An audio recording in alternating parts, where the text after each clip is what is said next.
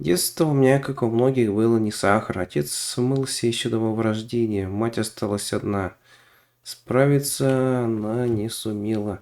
Снова пустилась во все тяжкие, вскоре превратив нашу квартиру в притон. Первые 5 лет прошли в дурманящем жутком тумане. Едкий дым из гостиной стелился по коридору, просачивался под дверь моей комнаты и висел там днями. Сейчас-то я понимаю, мать была не злодейка, просто жертва зависимости. Когда деньги были, она покупала еду или одежду в секонд-хенде. В моей комнате голые стены, матрац на полу да маленький сине-белый сундучок. Игрушек почти не было, только 3 подарка на день рождения, набор для рисования, красная тележка и моя гордость кукла Бетси. Бетси стала мне лучшей подругой. Мы устраивали воображаемые чаепития, спали вместе, купались. Иногда мне даже чудился ее голос. Повзрослев, я поняла, это были галлюцинации. Виной тому вечный смрад в прокуренных стенах нашей убогой квартиры. Но голос ее я помню ясно, легкий, звенящий, часто переходящий в буйный хохот. Помню ее слова, ее просьбы. Она требовала воровать обычную еду или карандаши, просила принести ножи, вилки, ударить плохого дядьку на диване, и за нее я вечно попадала в переделки. Сама Бетси оставалась безнаказанной. Когда я сдавала ее матери, та лишь фыркала и мотала головой, не верила. Взрослые не верят никогда. Перед 6-м днем рождения я попросил устроить праздник. Хотел пригласить залючек из школы, угостить их тортом, чтобы хоть как-то понравиться им. Помню, как стояла на кухне полная надежды, только что задав главный вопрос своей маленькой жизни. Бутылка кола дрожала в руках, я замерла, а мать молча убирала продукты, сделая вид, будто не слышала, но она слышала. Только я набралась сил повторить вопрос, как она резко обернулась и отмахнулась. День рождения, Лора, бред какой. Я и тебя-то еле кормлю, жрешь как не в себя. Или, прости, это Бетси жрет. На чужих оболтусов у меня денег нет. Я столбенела. Она что-то буркнула и прошатнулась в гостиную. Пробилась музыка. Я заскрипела дверь. Начали приходить незнакомые чужие мне люди. Несправедливо. Вот мама вечно закатывала вечеринки, а я, у всех подруг были праздники. Теперь злючки узнают, что я нищенка и будут травить пуще прежнего. Глаза защипило от слез. Я сдавленно всхлипнула, выбежала в комнату, хлопнула дверью. Бетси лежала на кровати и улыбалась. Вечно она улыбалась. Обычно это меня утешало, а оно сейчас бесило. Она смотрела на меня, улыбалась. Опять надоумит на пакость. Из-за нее мама мне отказала. Это она виновата. Бетси не ходит в школу, Бетси не ругают. И в моем детском уме именно кукла, а не мать, была корнем всех зол. Меня прорвало. Я взревел от ярости и швырнула бутылку в кровать, что из силы. Она угодила Бетси по лбу, кукла свалилась на пол. Хорошо. Я схватила бутылку и била. Мне почудился ее смех. Я лупила сильнее, потом захохотала сама. Когда моя злость выдохлась, я отволокла Бетси к сундучку и швырнула внутрь.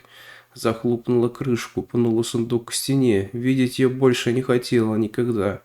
После Бетси кукол у меня не было. Через неделю пришли полицейские, 2 соцработницы увезли меня в другой штат, в новый дом с едой, игрушками, без наркотиков.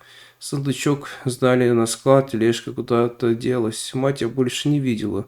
Позже приемные родители сказали, она в тюрьме на 25 лет. Мне было все равно, никаких чувств в ней не осталось. Кошмары о том времени мучили долго, но постепенно раны стали затягиваться. Я упорно училась. Письма матери из тюрьмы шли в корзину нераспечатанными. Она звонила, когда мне было за 20, я не брала трубку. До сегодняшнего утра мне 30, свои дети, любящий честный муж, красивый дом, 2 собаки. Работаю с соцработником, помогаю детям с таким же паршивым детством. Я счастлива, спокойно устроена. Поэтому, получив голосовой от матери, ей дали условно-досрочно, я решил дать ей ее выслушать. Дети были дома, поэтому я вышла в сарай на заднем дворе, их летний штаб для игр, села на старый сундучок, служивший им столиком для чаепитий, и набрала номер. 3 гудка. Алло, Лора. Здравствуй, мама, как ты? О, Лора, спасибо, что ответила. Знаю, своя жизнь, семья, Хотела бы я увидеть их, просто хотела извиниться за все. Моих детей ты не увидишь никогда. Раз уж ты позвонила, скажу то, что годами мечтала тебе сказать. Опиум, героин, они тебя сожрали. А самое мерзкое, ты чуть не утащила за собой меня. Мне было 5. Ребенку не место в таком аду. Честно, диву даюсь, как тебя так поздно взяли. Лора, понимаю, как это, но я ничего не знала. Ладно, неважно. Понимаю, ты ненавидишь меня, но не хочешь показывать детей. В тюрьме я много поняла о прощении. Господи, Лора, я так виновата перед Бетси. Бетси, я опешила. Какое тебе до нее дело? Лора, я ведь понимаю, во всем была виновата я, дурь, гулянки. И Бетси, о боже, если бы я только заметила, если бы знала, она пропала.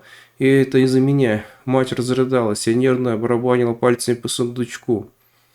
Дурь явно добил ей мозги. «Мам», вздохнула я, — «о чем ты? С чего ты вдруг говоришь о Бетси?» «Я знаю, где она. Прямо подо мной». «Что? Боже, Лора, где она?» Мне стало нехорошо. Ну, Бетси в сундуке, где и была все эти годы. На другом конце гробовая тишина. «Что ты сказала? Твоя сестра в сундуке?» «Сестра, ты о чем? Уже на игле? Даже для тебя это рекорд. Бетси, чертова кукла.